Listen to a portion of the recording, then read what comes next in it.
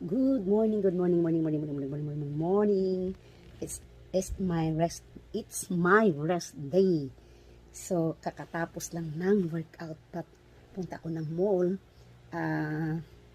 maghanap ng foods. But, mga palangga, ito yung content ko this week. Hopefully, meron akong time, punta ako ng school, mamigay ako sa mga student, elementary. So, yung gagawin ko mga palangga, this is Mongol na lapis. Lagyan ko dito ng 20 pesos. And then, nandiyan na sa box, ang gagawin ko, ipapik ko sila. And then, sabihin ko sa kanila na, ang napili nyo ay nasa sayo yan. Pag ganun nila, may 20 pesos.